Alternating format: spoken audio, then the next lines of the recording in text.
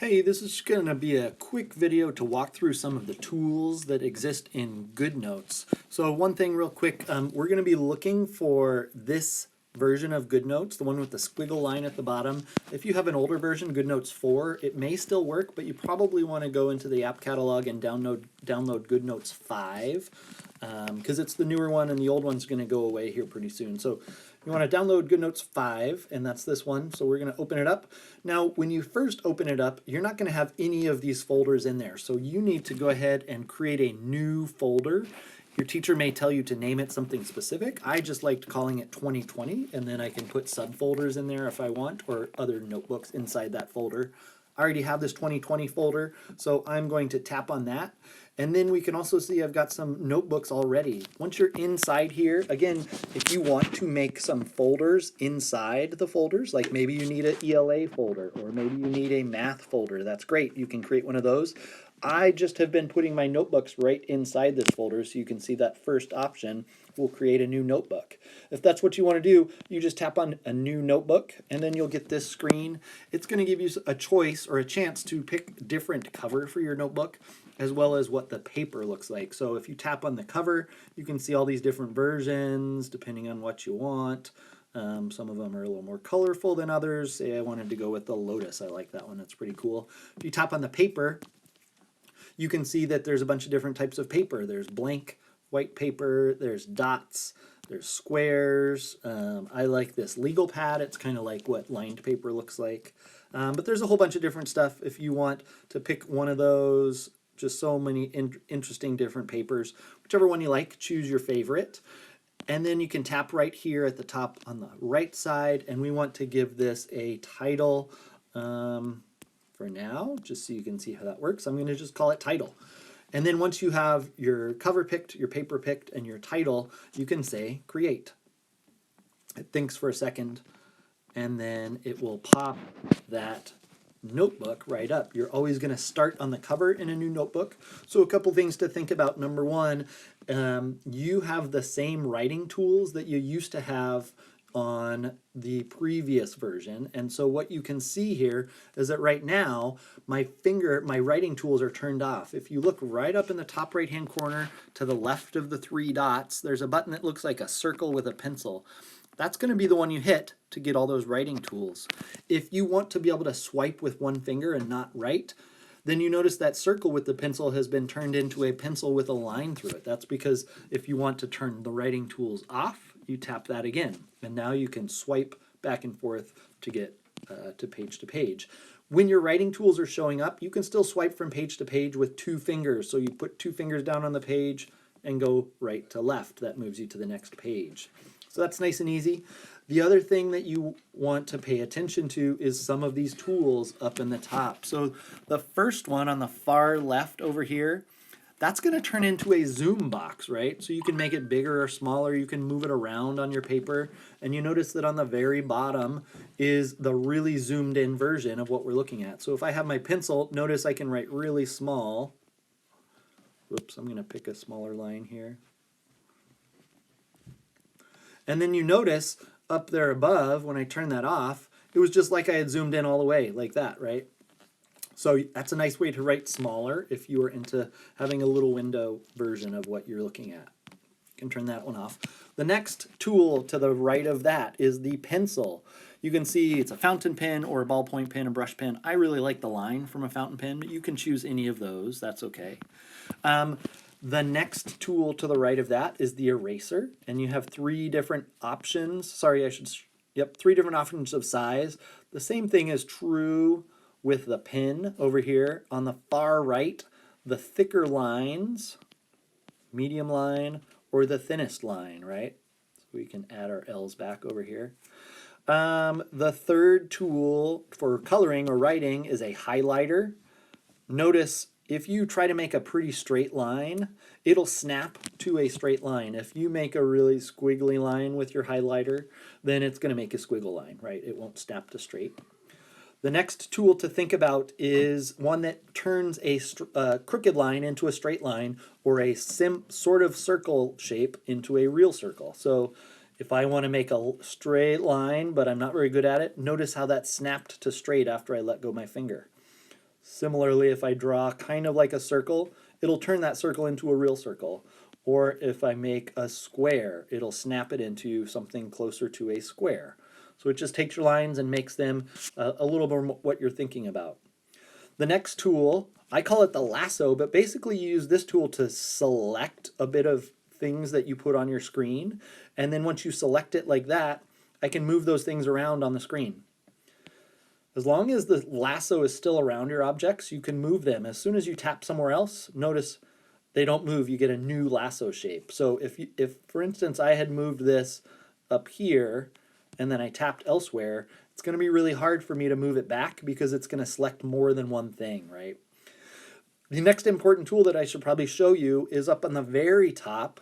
It's the undo button. So notice I just moved something twice that I didn't want to do. I want to go back. So I'm going to hit that button twice and it's going to put those things right back where they came from. You can also hit the redo button and it will move the things again, right? Undo, redo. Pretty slick tool. The next tool to the right of the lasso is the picture button. If you wanted to put a picture into your document, once you tap that, you'll notice you get a really tiny version of each picture up there on the top right. If you know that the most recent one is what you wanted, you can just tap it and it drops that picture right in. To get rid of a picture that you dropped in, if you accidentally hit the wrong one, you hit the red X on the top left and it goes away. Say that was the picture I actually wanted. I can move it right down here. I can pull on this corner to make it bigger, or the top to stretch it out, top and bottom. Notice that that changed the shape a bit. I can always hit that undo, move it right back to where it was. I can edit the picture by holding my finger down on it and then move it, bigger, stretch, all those things. All those tools work great.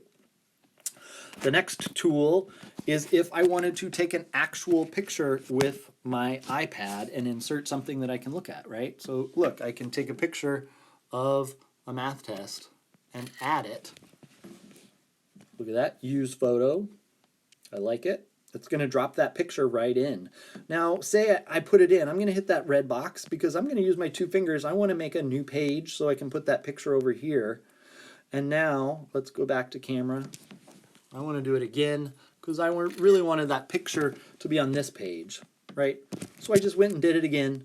That way we can put the picture where I want it, make it nice and big. Say your teacher asked you to take a picture of your work and turn it in. This would be a way to do it. Take a picture of your notebook, put that picture in GoodNotes, and then you could submit the GoodNotes page to your teacher. Works great. Again, if you tap anywhere outside of the picture, then your editing tools will go away, but you can re-edit or move it by just holding onto it and then tapping edit. Okay. The next tool that I want to highlight for you is this tool. It's the text tool. So when you highlight that T with the box around it, anywhere you tap, you're going to get a cursor and you can just start typing. This is a nice way to take notes because you can type a lot faster than you can handwrite, especially since we don't necessarily have styluses. And then when you tap out, it goes away. To get back into that same text box, hold your finger down and then hit edit, and then you can continue typing. You have a lot of control over what goes into this text box. So say, for instance, I wanted to change fonts or make it bigger. You could do that. Say, for instance, I wanted to pick a different font. Let's go with Hiragino. Tap out, and now you'll notice that my text is bigger. Oops. And, I messed up. Try it again. Change that font, Helvetica, change it to this one. And then we can say return, return, and you can see I've got a bigger text and a different font, right? So you can change all that stuff. Say, for instance, you started typing and you wanted to change all of your text, color and font. Well, then you can double tap on the text, select as much of it as you want, and then you can hit this to bold, italic, or underline it, or you can go back up to that far top right tool and you can do all sorts of stuff. You can make the color different. You could make the fonts bigger, right? You could make it taller. All sorts of different options here. So when you have the whole box or the whole text selected, it's going to change everything that you have selected, right? Look at that. A couple more things that I want to point out. So when you are working with either text or your pencil tool or also the highlighter tool, you'll notice you have these dots right up here. These are the colors that you're going to be writing with. So I'm on the highlighter now. I've got a pink. Then I can switch to green. I can switch to blue, right? If you don't like those three colors, you can tap on it when it's highlighted, and you see you have those 5 options. If you don't like those 5 options, you can even choose more by hitting custom. Then you get all sorts of different colors.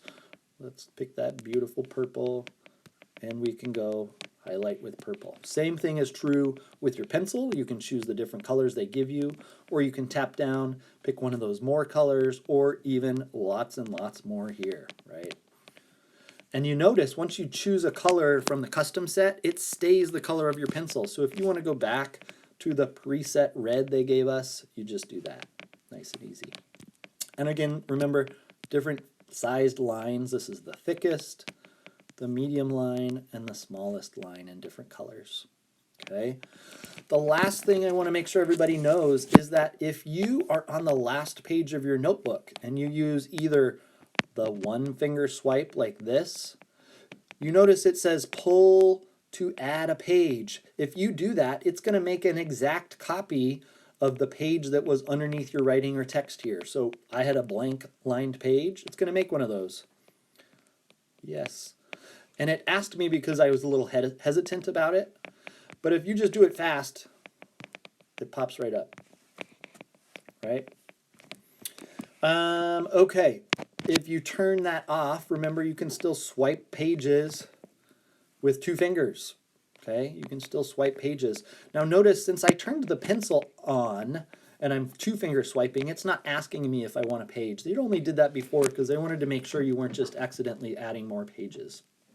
A couple more things I want to point out. On the top left, there's the little grid button. If you tap that, you can see every page in your notebook. And if you tap on one of those, it'll go straight to that page.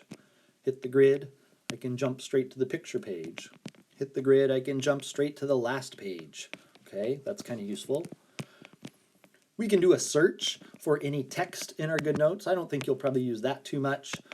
We can bookmark this page, right?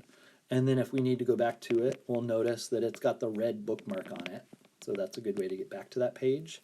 And then the last important tool that your teacher may or may not, second to last, may or may not ask you to use is the share button. This is how you would export your GoodNotes notebook to like Drive or to Canvas or to Seesaw.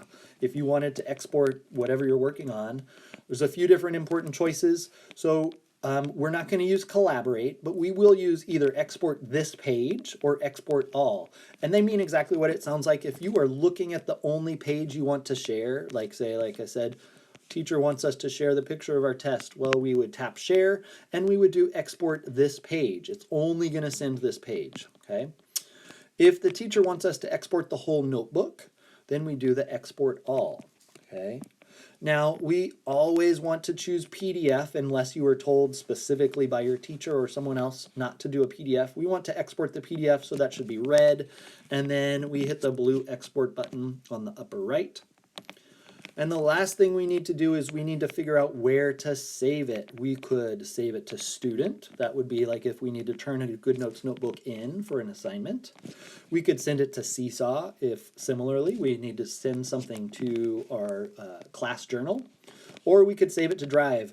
This is often the best choice. We might want to send this to Drive.